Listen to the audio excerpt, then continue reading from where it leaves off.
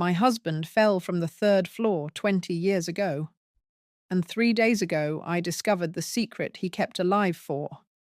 He became a vegetable after the accident. Years later, he walked again because he had a reason I never imagined. Before we begin today's story, I would love for you to write in the comments where you're listening from, and at the end, tell me what you think about this story and how it made you feel. Your words help other women feel less alone. I still remember the sound before I remember the sight. It wasn't a scream, wasn't even a crash. It was a dull, heavy thud, a sound that, once you hear it, your body never forgets. I was in the kitchen, stirring a pot of beans. It was a Thursday afternoon, late enough for the light to turn golden, early enough for the street outside to still sound alive. There were kids playing with a ball, a car passing every now and then, someone arguing about parking. Then that thud, a wave of silence, and suddenly, voices rising all at once. Dios mío! Somebody call an ambulance! He fell! He fell! I dropped the spoon. It hit the floor with a small clink that, in my memory, echoes as loud as an explosion. I don't remember running. I just remember the hallway stretching in front of me like it was made of rubber, never ending, and my feet somehow stuck and flying at the same time. We lived on the third floor. When I reached the window at the end of the hallway, I saw the cluster of neighbors first, their faces turned upwards, as if still asking the sky for an explanation. Then I saw him, my husband, my Daniel, lying on the concrete, arms twisted at angles they were never meant to bend, his head turned to the side, one shoe missing. His white shirt was too bright against the grey pavement. For a moment, I thought it was someone else. It had to be. Then I saw the way his hand was half curled, the way it always did when he slept, and the world collapsed inward. They say that in emergencies, people freeze or scream. I didn't do either. I remember my voice coming out strangely calm as I shoved my way through the circle. He's my husband. Let me through. Please. Please. Someone grabbed my arm. Senora, don't look. But I did. I knelt beside him, my knees scraping the ground, and I saw his eyes, open but not seeing me. One pupil was larger than the other. A thin line of blood traced its way from his ear to his neck, disappearing into his collar. Daniel, I whispered, terrified to touch him. Love, can you hear me? He blinked once, slowly, like his eyelids were made of stone. Then, nothing. The ambulance siren sounded far away, like a sound coming from another life. Shh. At the hospital, everything happened too fast and too slowly at the same time. Nurses shouting codes, the metallic taste of fear on my tongue, the coldness of the plastic chairs in the waiting room. A doctor came out, his face already carrying that heavy expression I would learn to recognize over the next months. The one that says, I am about to destroy your world, but I will do it gently, like a surgeon with a scalpel. Mrs. Alvarez? He asked. Yes, I replied, but my voice sounded like it belonged to a stranger. He sat down next to me instead of standing. I knew that was bad. Your husband suffered a severe traumatic brain injury from the fall, he said softly. There's bleeding, swelling. We managed to stabilize him for now, but the damage to his brain is extensive. Okay, I said. So he'll need therapy? Rehab? I clung to the logical steps, the next things to do, anything that sounded like a plan instead of a sentence. The doctor looked at his hands for a moment. Medically speaking, he is in what we call a vegetative state, he explained. His body is alive, but there is no sign of conscious awareness. He may open his eyes, move reflexively, even make sounds, but there is no person there, not in the way you knew him. I stared at him, waiting for the part where he would smile and say, "Just kidding, we'll fix this." Instead, he added, "I'm so sorry." Those words, "no person there," cut deeper than any knife. I signed papers I don't remember reading. I called my sister and heard my own voice saying, "They don't think he's going to wake up." I watched machines breathe for him, feed him, count his heartbeats on screens with green lines. People came in waves, neighbors bringing casseroles and gossip disguised as concern. "My cousin was in a coma for months, and then one day he just woke up," one woman said. "You never know. Miracles happen." "Maybe it's better this way," another whispered to someone else, thinking I couldn't hear. "At least she can move on eventually." Everyone had advice, had a story, no one had answers. I went home that first night, with a plastic bag containing his wallet, his keys, and the shoe that had fallen off. I pressed the shoe to my chest and cried until I couldn't breathe. Then I went back the next morning, and the morning after that, and the morning after that. Days blurred into weeks, weeks into months. The seasons changed. Our life didn't. If you've never taken care of someone in that state, it's hard to explain what it does to you. You become clock and nurse and mother and ghost. There are the practical things. Bathing him without letting him drown in his own stillness. Turning his body so he doesn't get pressure sores. Learning how to clean a feeding tube without throwing up. And then there are the invisible things. Talking to someone who never answers. Laughing at memories alone. Sleeping with one ear always listening for a machine that might change its rhythm. People stopped visiting after a while. They always do. At first, my friends came every Sunday. "We're here for you, Murray," they'd say, hugging me and bringing pastries we never finished. They'd talk about their jobs, their teenage children, the new wrinkles they'd discovered in the mirror. "I feel so old," one of them joked one day. "My back hurts all the time." I smiled politely. I was 38 and felt older than all of them. After a few months, the visits became less frequent. "Things are just so busy at work. You know how it is, the kids." I told them it was okay, that I understood. I did.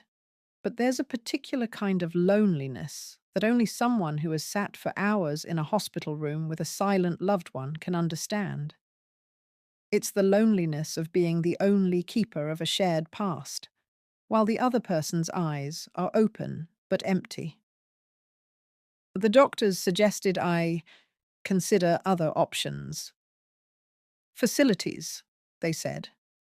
Places where they can care for him professionally. "You're still young, you know. You deserve a life." I looked at my husband, his chest rising and falling with mechanical regularity, his fingers occasionally curling in spasms, and I remembered the vows we'd made, in sickness and in health, for better or worse, until death do us part. It didn't say until a neurologist decides there's no one left inside. So I took him home. We turned our small living room into a makeshift hospital room, a rented hospital bed, an IV pole in the corner, a beep that became the soundtrack of my existence. I learned to bathe him with warm water and whispered apologies, to comb his hair even though he never saw his reflection, to trim his nails while talking about the weather. And I talked. Oh, how I talked. "Do you remember that time we got lost in the mountains?" I'd ask, wiping his face. "And you swore you knew the way because you had a built-in compass in your head?" Sometimes when I told those stories, I thought I saw something. The faintest flicker at the corner of his mouth. a slight tightening of his eyelids. Reflex, the therapist said. Don't torture yourself. But a tiny, stubborn part of me refused to believe he was completely gone. Years went by. I learned to live with a shadow marriage. I wore my wedding ring while signing disability forms. I aged in front of a man whose face remained almost boyish in its stillness. Our son, Matteo, was 10 when his father fell. He grew up doing homework at his father's bedside, playing quietly in the corner with his toy cars, learning to speak softly so he wouldn't bother Papa. One night, when he was 15, I found him sitting in the dark next to his father's bed, staring at him. "Do you think he's still in there?" Matteo asked. I hesitated. The honest answer was, "I don't know." The heart answer was, "I need to believe he is, or I'll fall apart." "I think," I said slowly, "that sometimes the body can't show what the soul is still trying to do, and I think your father is too stubborn to just disappear." Matteo huffed a small, sad laugh. Yeah, he always hated losing. Then he leaned forward and whispered into his father's ear, "If you're in there, you better be fighting, old man, because Mom is carrying everything, and she's tiny." I watched his lips brush against his father's forehead, a boy saying goodnight to a statue. And for the first time, I let myself cry in front of my son. About 6 years after the accident, something changed. Not dramatically. Not like in the movies where someone suddenly sits up and says, "Where am I?" It started with a finger. I was massaging lotion into his hands, something I did every night to keep his skin from drying out. I talked about Matteo's grades, about how the washing machine was making a strange noise, about the price of tomatoes. As I rubbed circles into his palm, his index finger moved, deliberately, slowly. Once. I froze. "Daniel?" I whispered. "If you can hear me, can you move your finger again?" Nothing. The next day, it happened again.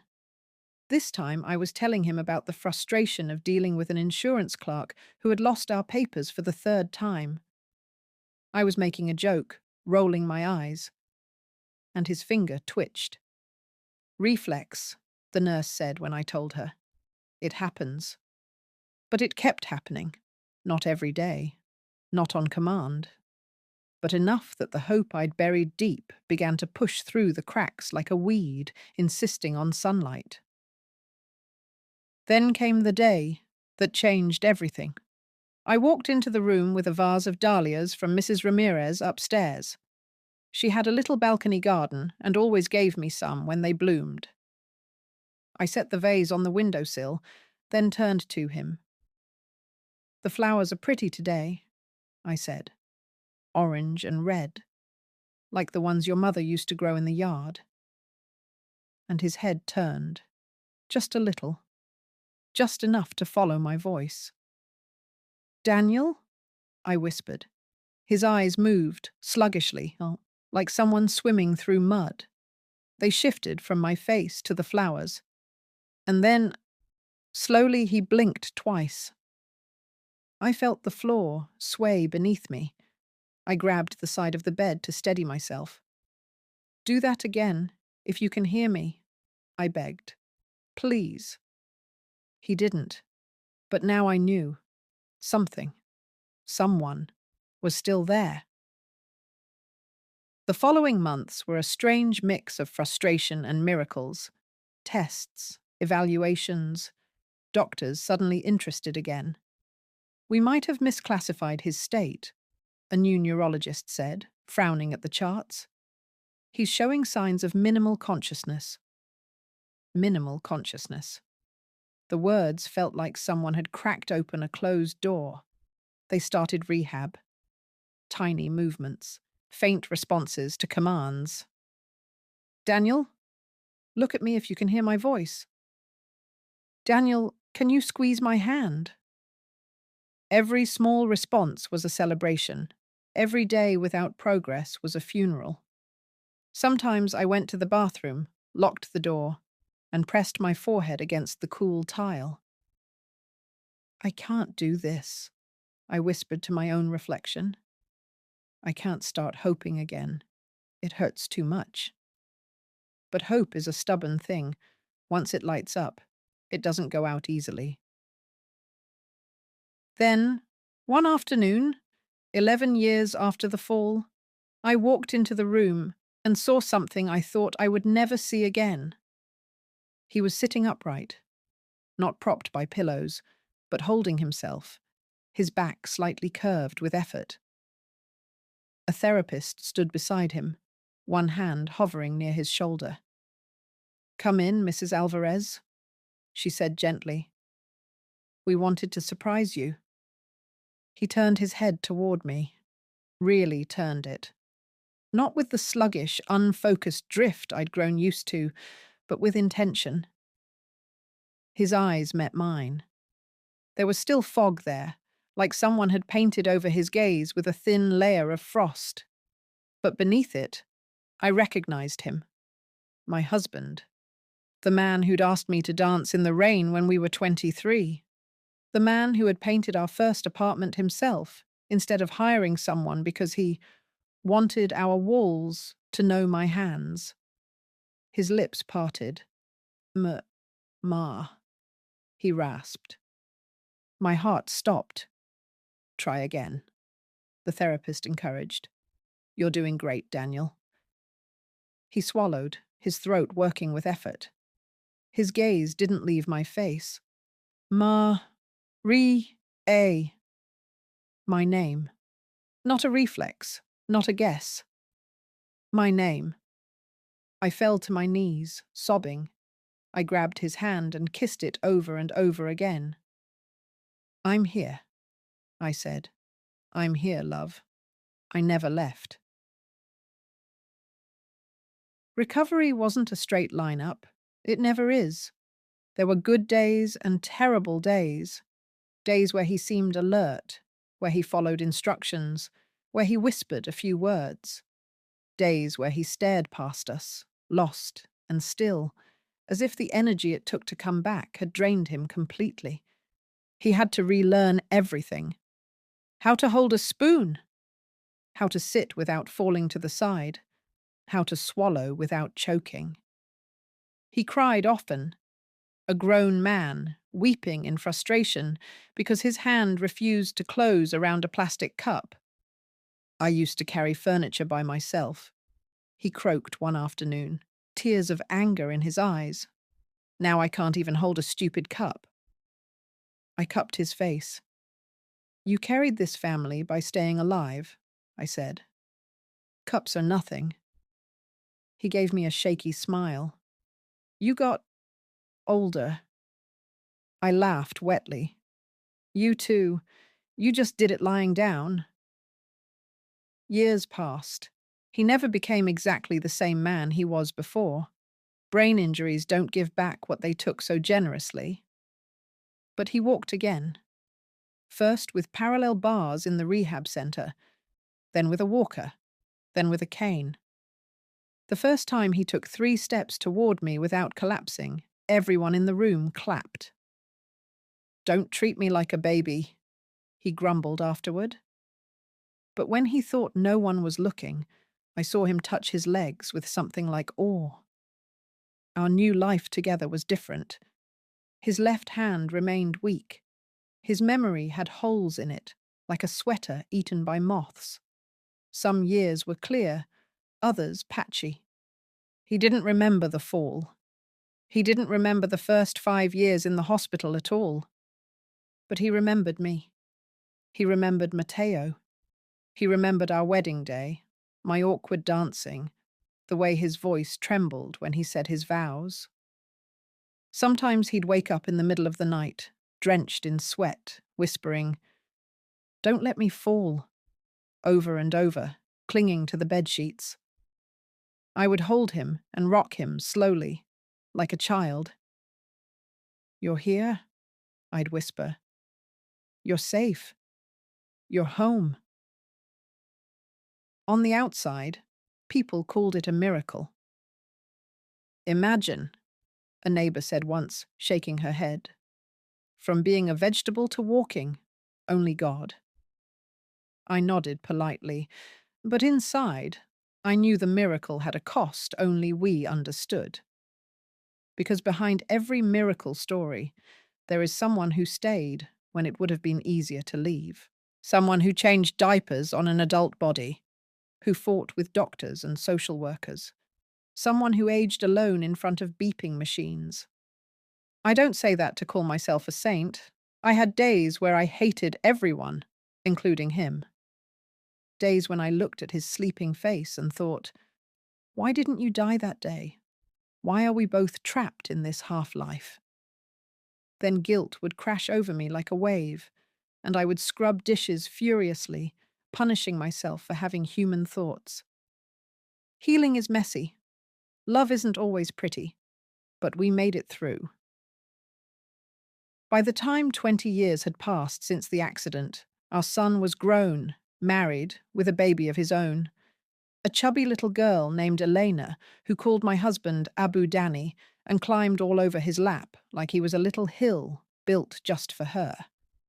We had moved out of the apartment where he fell. I couldn't stand looking at that third-floor window anymore. Every time I walked by the building, my heart clenched.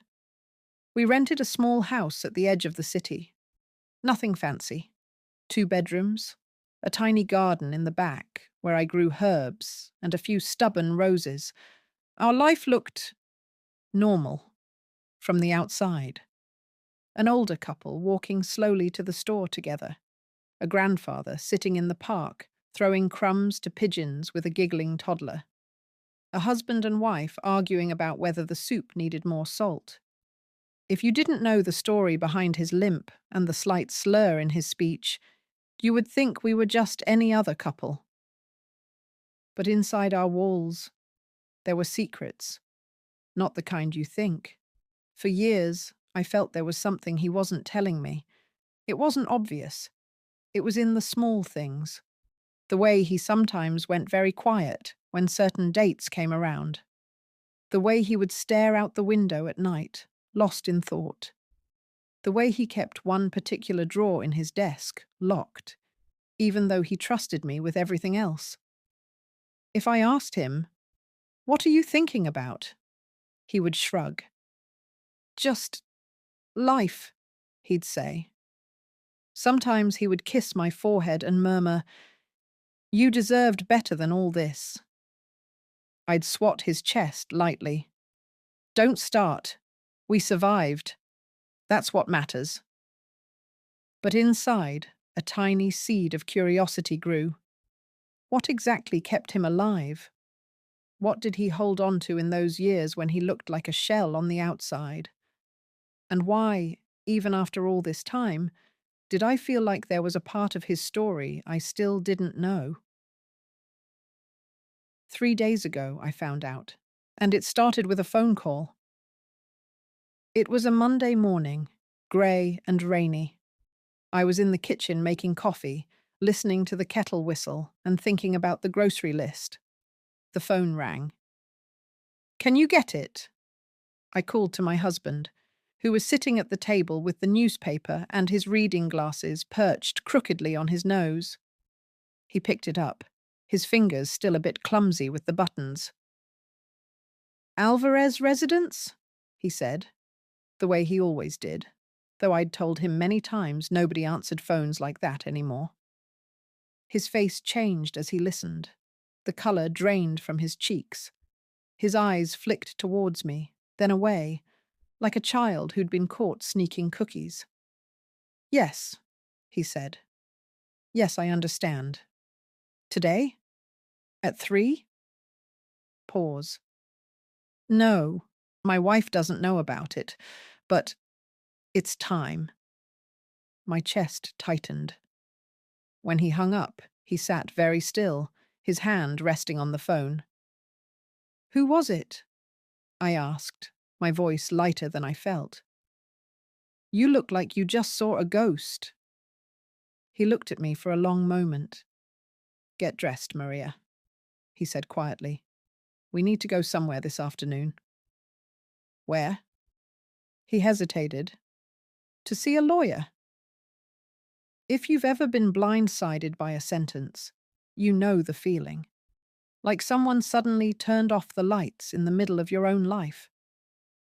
"A lawyer?" I repeated. Are you are you sick? Did the doctor call?" "No," he said quickly. "No, it's nothing like that. It's something I should have told you a long time ago." My mind went wild instantly. Another woman, a secret child, debt, a crime. All the fears I never said aloud crowded into the small kitchen. "Daniel," I whispered, "what did you do?" He reached for my hand, his own trembling. "Nothing to hurt you," he said. "I swear. But I did keep something from you. For 20 years. On the way to the lawyer's office, my thoughts ran in circles. He sat beside me in the taxi, his cane resting between his knees, staring out the window. "Are you going to tell me before we get there?" I asked, my voice small. He sighed. "I will," he said, "but I need you to understand that I didn't tell you because I was ashamed, and because I was afraid you would stop caring for me if you knew." That cut deep. "After everything we've been through, you think there's something that would make me stop caring?" I asked, hurt and angry and scared all at once. He closed his eyes for a moment. "Back then," he said, "I thought anything was possible. I thought you might get tired, that you might leave, that you might deserve someone who wasn't broken. So I kept it to myself, and I made it my own burden." "Kept what?" I pressed. He looked at me, and I saw something in his eyes I rarely saw. Pure, raw vulnerability. "The real reason I stayed alive," he said softly, "and what I did with that time." We got to the lawyer's office, a small place above a pharmacy. It smelled like old paper and coffee. The lawyer was a woman in her 50s, with silver streaks in her hair and kind but sharp eyes. Her nameplate said, Liquius Roberta Jimenez. She greeted us warmly. "Señor and Señora Alvarez," she said. "Please, sit down." We sat in front of her desk. My knees shook. "Before we begin," I said, "I'd like to know what this is about. My husband is making it sound like he's been leading a double life." Roberta smiled gently. "In a way," she said, "but perhaps not in the way you fear." She opened a folder. 20 years ago, after his accident, your husband contacted our office. At first, through a social worker, later through his own efforts as his condition improved. He has been working with me well, for a long time." I turned to stare at him. "Contacted you?" I repeated. "You couldn't even speak for years." He flushed. "I'll explain," he murmured. Roberta nodded. "Maybe we can start from the beginning," she suggested, "from what he told me. Then we'll show you what he built. And afterward, you'll decide how you feel about it." "What he built?" I asked, bewildered. "We've barely had money to fix the leaky roof, and he's out here building things." The lawyer's eyes softened. "Yes," she said. "Exactly that." And that's when my husband began to tell me the story I never knew, about his own accident, about what happened inside him while he lay there like a vegetable, and about the secret that kept him fighting. He spoke slowly, choosing his words carefully. There were still gaps in his memory, but enough pieces had returned over the years for him to put together a picture. What he told me changed everything I thought I knew about the past 2 decades. And it all began with the fall. I don't remember the exact moment I went over the railing, he said quietly, looking at his hands.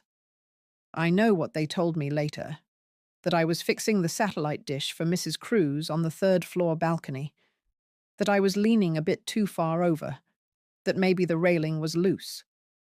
That 1 second I was there, and the next second I wasn't. He inhaled shakily. But I do remember before. I remember feeling like I was failing you. I frowned. Failing me? How? He gave a bitter smile. Money, he said. It's almost always money, no? The business wasn't doing well. The debts were piling up. The apartment needed repairs. Mateo needed new shoes. You deserved a vacation you hadn't had in years. He looked at the floor. I hated coming home feeling like I'd brought nothing but more worries. That day, I climbed up to fix the dish because she offered to pay cash. I thought, at least I can bring home something today. He swallowed hard. I leaned out. I remember thinking, one more twist of the wrench, and this is done. And then, the world slipped. Literally. He closed his eyes. I don't remember hitting the ground, but I remember something else. He looked straight at me. I remember being there, inside, listening, for years. My breath caught. I thought you didn't remember anything from those years, I said. I didn't at first, he admitted. It was like a dream you lose as soon as you wake up. But later, when I started getting little flashes, pieces of memory would come back. The sound of your voice, the crunch of your footsteps when you walked in, the smell of the lotion you used on my hands. He smiled sadly. You talked to me, he said, every day, about everything. You told me about the neighbor's dog, about Mateo's grades, about the leak in the ceiling. You told me about how tired you were. You cried when you thought I couldn't hear. I put a hand over my mouth as tears filled my eyes. I heard all of it, he whispered. I just couldn't respond. It was like being underwater, screaming without making a sound. But your voice anchored me. Every time you said my name, it was like someone tying a rope around me, keeping me from floating away. I began to cry quietly. Sometimes, he continued, I wanted to let go. The pain. It's strange to talk about pain when you can't move, but it was there, in my head, in my chest, in the emptiness. But then I'd hear you say, I'm here, I'm not going anywhere. And I would think, if she's not giving up, who am I to stop fighting? He took a deep breath. But there was another thing that kept me going, another reason. And that is what I never told you. I wiped my eyes. What reason? I asked, my voice shaking. If it wasn't me and Mateo, then what? He winced. It was you, he said quickly. Always you.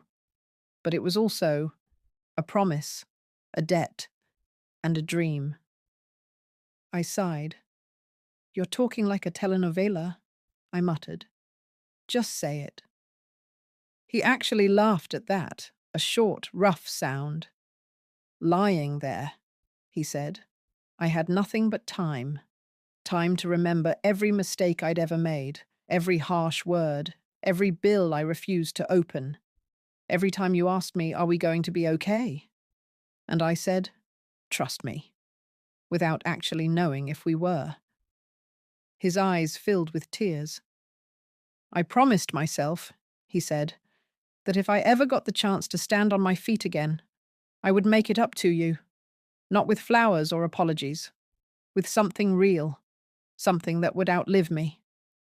He glanced at Roberta, who nodded encouragingly. So, I started planning, he said. From that bed, from that silence, and when I could finally move my fingers, I started doing. Cha. Roberta slid a document across the desk to me. At first, it was just numbers and legal phrases. Then I saw it. A property number, location, a name. Refugio dell'Amanecer, I read aloud. Dawn Refuge. The lawyer smiled. It was your husband's idea, she said. He insisted on the name. I looked at him, speechless. You bought a property? I asked. With what money, Daniel? We barely had enough for your therapies and the rent. You know that. He nodded. I know, he said. That's where the debt part comes in. He hesitated. Do you remember my friend Luis? He asked. From before the accident? Of course, I said. The one who moved to the countryside? He nodded. Before my fall, I owed him money, he said quietly. A lot of money. Business money. He had invested in a project that went badly. After the accident, he came to see me once. You weren't there that day. He looked at me, tubes and all, and he said, well, I guess this is one way to never pay someone back. My stomach twisted. I couldn't say anything, Daniel said, but inside, I burned. I hated that he thought I was some kind of coward who had jumped off a building to escape my responsibilities. So I made myself a promise. If I got better, I wouldn't just pay him back. I would pay him back in a way that helped both of us. He leaned forward. Years later, he continued, when I started to walk again, Luis called me. He said he was tired. He wanted to sell a piece of land he had bought years before, a little place out in the countryside that he hadn't done anything with.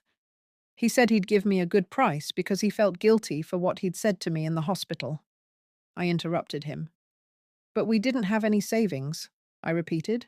We were counting every coin. He met my eyes. Not exactly, he said. You didn't. I did. I blinked. What are you talking about? He looked embarrassed. When I started painting again in rehab, he said slowly, they put some of my work in the little gift shop they had. Just simple landscapes, nothing fancy. People started buying them. Nurses, visitors. Then one of the therapists put some photos online and a few more sold. I stared at him. You sold paintings? I whispered. And you never told me? I sold a lot of paintings, he corrected gently. For years. Little things. A seascape here, a field there. The money wasn't huge, but it was steady, and every cent of it went into an account in my name. I asked the therapist and then Roberta here to help me set it up. I shook my head, stunned. Why didn't you tell me? I asked again. Because we were drowning then, he said. Every time I saw you at the kitchen table with the bills spread out like a battlefield, I wanted to hand you that money. But I kept thinking, if I give it to her now, it disappears. Rent, groceries, electricity, gone. And then what? I go back to zero, and my promise means nothing. He wiped his eyes. I was terrified, he whispered. Terrified that I would die and leave you with nothing but debts and wasted years. So I held on to that money, stupidly, stubbornly. And I used it to do one thing. He pointed to the document. That land, he said. And what's on it now? What's on it now? I asked, my voice barely audible. Roberta folded her hands. A small house, she said. Very simple. One story. Wide doorways for easy access. Grab bars in the bathroom. A kitchen that looks out onto a field of wildflowers. A porch with a swing. and behind it, a little grove of trees. I felt dizzy. A house? I repeated. You built a house? Daniel nodded, tears streaming down his face now. It took years, he said, piece by piece. I paid what I could when I could. I made agreements. I bartered. I designed the layout with the therapist's help, making sure it would work, even if my body got worse again.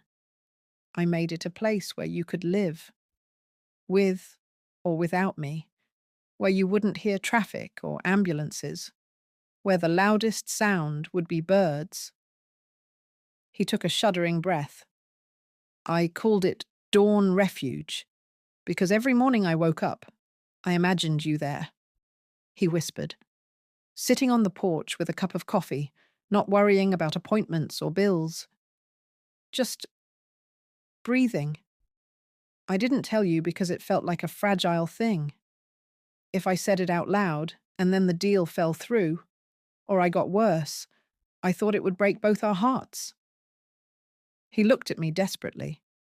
I stayed alive for that, he said. For you. For the day I could hand you those keys and say, here, this is the life you deserved all along. I couldn't speak. My mind flashed back across the years, the late nights at the kitchen table, counting coins, the exhaustion in my bones, the resentment I sometimes felt when he needed so much and there was so little of me left to give. All this time, I thought I was carrying us alone, and all this time he was quietly carrying a promise, building something in the background, brick by invisible brick. But why now? I managed to ask. Why tell me today? He smiled through his tears. Because it's finally finished, he said. Paid off, legalized. The last papers came through last week, and because he hesitated. Because I'm tired, he admitted. Not of you. Never of you, but of pretending I don't think about what happens when I'm gone. I'm 62 now, Maria. My brain went through a war. My body too. I don't know how much time I have, but I know it's not infinite. I didn't want you to find out after my funeral. He squeezed my hand. I wanted to see your face when you saw it, he said softly. I wanted to watch you step into a house that was built out of every rehab step I ever took, every painting I ever sold, every stubborn breath I forced myself to take on days when all I wanted was to close my eyes and never open them again. Roberta pushed another envelope across the desk. These are the keys, she said calmly, and the directions. If you'd like, I can drive behind you to show you the way. It's about an hour out of the city. I looked at the keys in my hand. They jingled softly. Ordinary objects, heavy with 20 years of our lives. I burst into tears, not graceful movie tears, ugly, shaking sobs that racked my chest. How could you keep this from me? I cried. All these years, thinking we had nothing, feeling guilty for every small joy I allowed myself, and you were building this world behind my back? He flinched. I know, he whispered. I know you're angry. You have every right to be. He reached for me again. But please, also be proud, he begged. Proud that your husband didn't just lie there, that he took the second chance you fought so hard to give him and turned it into something solid, something that will outlive both of us. He paused. And be proud that you were the reason, he added. Every time I wanted to give up, I pictured you on that porch, laughing, free, and I thought, I have to at least try to get her there. On the drive out to see the house, my emotions tangled together like a knot I couldn't untie. Anger, love, grief, relief. A strange, quiet joy that scared me because it felt like betrayal of all the years of suffering. He sat beside me. clasping and unclasping his hands. "Say something," he finally whispered. "Anything, even if it's that you hate me." I glanced at him. "I don't hate you," I said. "I hate that you didn't trust me with your dream. I hate that I didn't get to dream it with you. But I also—" My voice broke. "I also don't know how to process the idea that while I felt like my life was on pause, you were secretly pressing play in another place." He nodded, eyes glistening. "I understand," he said. "Maybe when you see it, it'll make more sense. Or maybe you'll still be angry. But at least then, your anger will have a view." Despite myself, I laughed. Mixed tears and laughter. The only language of women who have lived too much. The road turned from asphalt to gravel, from gravel to dirt. We passed fields, small farms, a cluster of houses that looked like they had grown from the land itself. Finally, Roberta's car in front of us turned onto a narrow path lined with trees. My heart hammered in my chest. At the end of the path, the trees opened up, and I saw it. A small, pale yellow house with a red roof, a wooden porch with a white swing, 2 chairs beside the door facing east, toward an open field where wildflowers waved in the breeze. Behind the house, a line of trees formed a gentle barrier between us and the rest of the world. A stone path led to what looked like a tiny garden, fenced with old wood. It was simple, was modest. It looked like peace. I got out of the car slowly. The air smelled different here. Cleaner, like earth and leaves and the promise of rain. My husband struggled with his cane. I rushed to his side.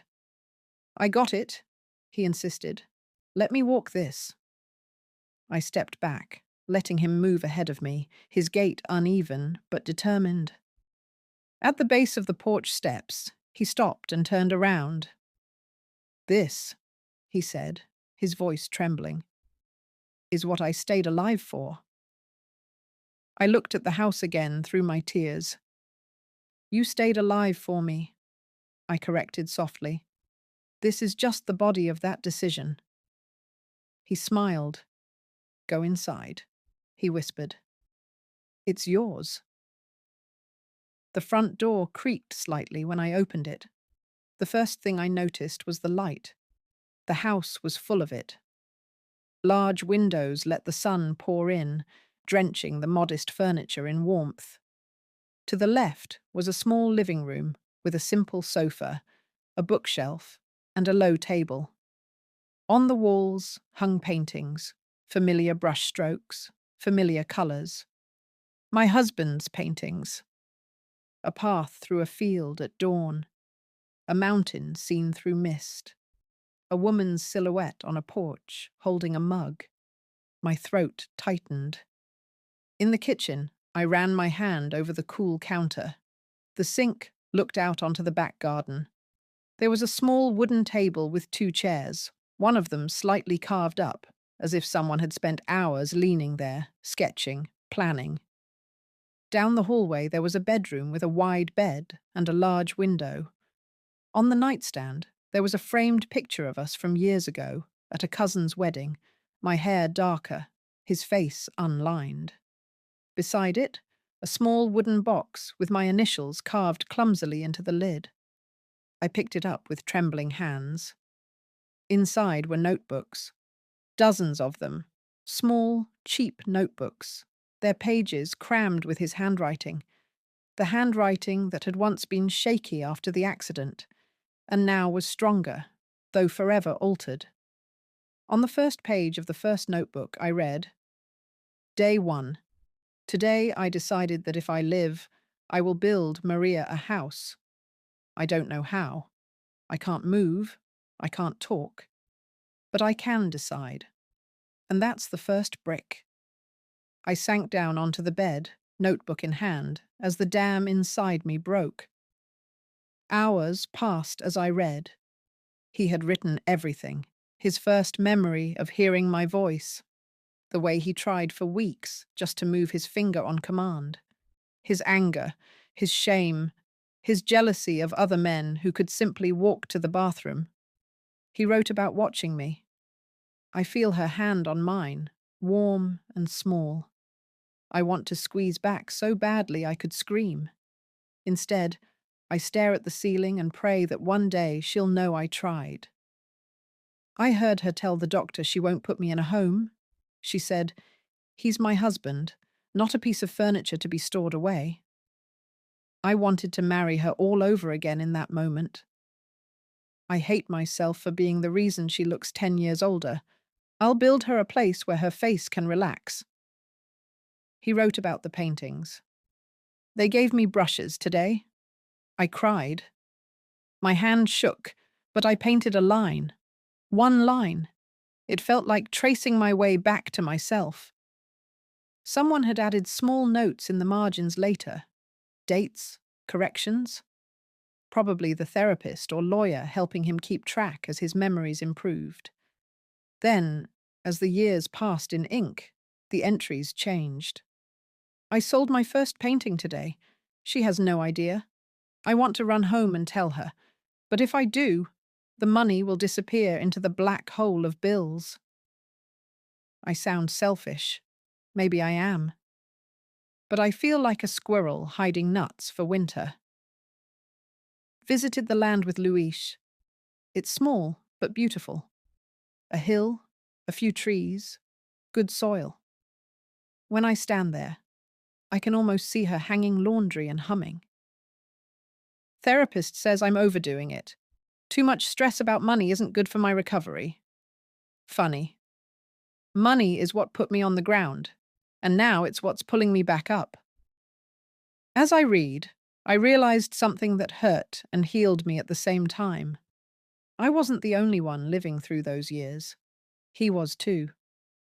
From the outside, he looked like a man slowly relearning what life meant.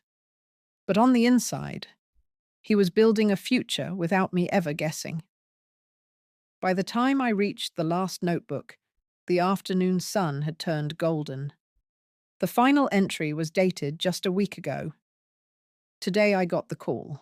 It's done. The last payment. The papers are ready. I sat on the porch and cried like a child, not because of the house itself, but because it means I kept my promise to her. She doesn't know yet. She's in the city, fighting with the washing machine. Tomorrow I'll tell her. I pray she forgives the secrecy. I pray she understands that every hidden coin, every quiet yes, every slow step was my way of walking back to her with something more than apologies. I pressed the notebook to my chest and sobbed. I cried for the woman I was 20 years ago, stirring beans in a kitchen while her life shattered 3 floors below. I cried for the years lost, the wrinkles gained, the nights spent listening to machines instead of to the sigh of a husband sleeping beside her. I cried for the man I thought I'd lost, who had, in secret, been writing his way back to me in ink and paint and brick. And I cried from gratitude, raw, overwhelming, humbling gratitude. Because yes, I had suffered. Yes, I had carried him. But he had carried me too, just in a way I didn't see. I heard the slow, careful steps in the hallway before I saw him. "Maria?" he called softly. "Are you okay?" I wiped my face quickly, but my eyes were still swollen. He appeared in the doorway, leaning on his cane, his other hand braced against the wall. He looked terrified. "If you hate it," he said quickly, "we can sell it. Use the money for something else. For Matteo. For the baby. For whatever you want. I thought." I crossed the room and put my fingers on his lips. "Stop," I whispered. He fell silent. I took a deep breath. "I'm angry," I said honestly. I'm angry that I didn't get to carry this dream with you, that while I thought we were both trapped in survival, you were secretly building a future in another corner of the world." He nodded, eyes glistening. "I know," he said, "and I will spend the rest of my life making that up to you if I can." I smiled through my tears. "But I exhaled shakily. "I'm also so incredibly proud of you that I don't know where to put it all. And I'm so grateful that you didn't just survive, Daniel. You created. You planned. You loved me in a way I didn't expect." I touched his chest. "I thought I knew every reason you fought to stay alive," I said. "But I didn't know this one. I didn't know you stayed alive not just to exist beside me, but to give me something you believed I deserved." He swallowed. "So?" he whispered. "Do you forgive me?" I looked around at the small, sunlit house, at his paintings, at the notebooks filled with his slow, painful handwriting, at the porch that already felt like a place my bones recognized. Forgiveness, I realized, wasn't a single yes or no. It was a path. But this was a beautiful place to start walking it. I took his hand. "Let's not talk about forgiveness yet," I said. "Let's talk about breakfast." He blinked. "Breakfast?" I nodded. "Tomorrow morning," I said softly. "I want to drink my coffee on that porch, with you, watching the sun come up. And I don't want to think about hospitals or bills or even about the woman I used to be. I want to think about us. Here. Now. In the house your stubborn little heart built for us in secret." He let out a broken laugh. "Okay," he whispered. "Tomorrow. Coffee on the porch." I squeezed his hand. "And then," I added, "we'll talk about forgiveness. Slowly, like people who have learned the hard way that life is too fragile to waste on silence." As we stepped out onto the porch together for the first time, the sky was already beginning to shift toward evening. The air was cooler now. Crickets chirped in the grass. A soft wind brushed my hair back from my face. My husband lowered himself carefully onto the swing, grunting a little with the effort. I sat beside him. The swing creaked gently, our movements out of sync at first, then slowly finding a rhythm. In that quiet, I realized something important. The secret wasn't the house. The secret wasn't the land, or the notebooks, or the paintings. The secret was this. Even when his body was broken, my husband had never stopped loving me in the most practical, grounded way he knew how, by building something that would hold me when he no longer could. He looked at me sideways. "Penny for your thoughts?" he murmured. I smiled. "I was just thinking," I said, "that if someone watching this story has spent years caring for someone who can't say thank you, they might be wondering if their love even matters, if their effort is seen." He frowned, confused. "Watching this story?"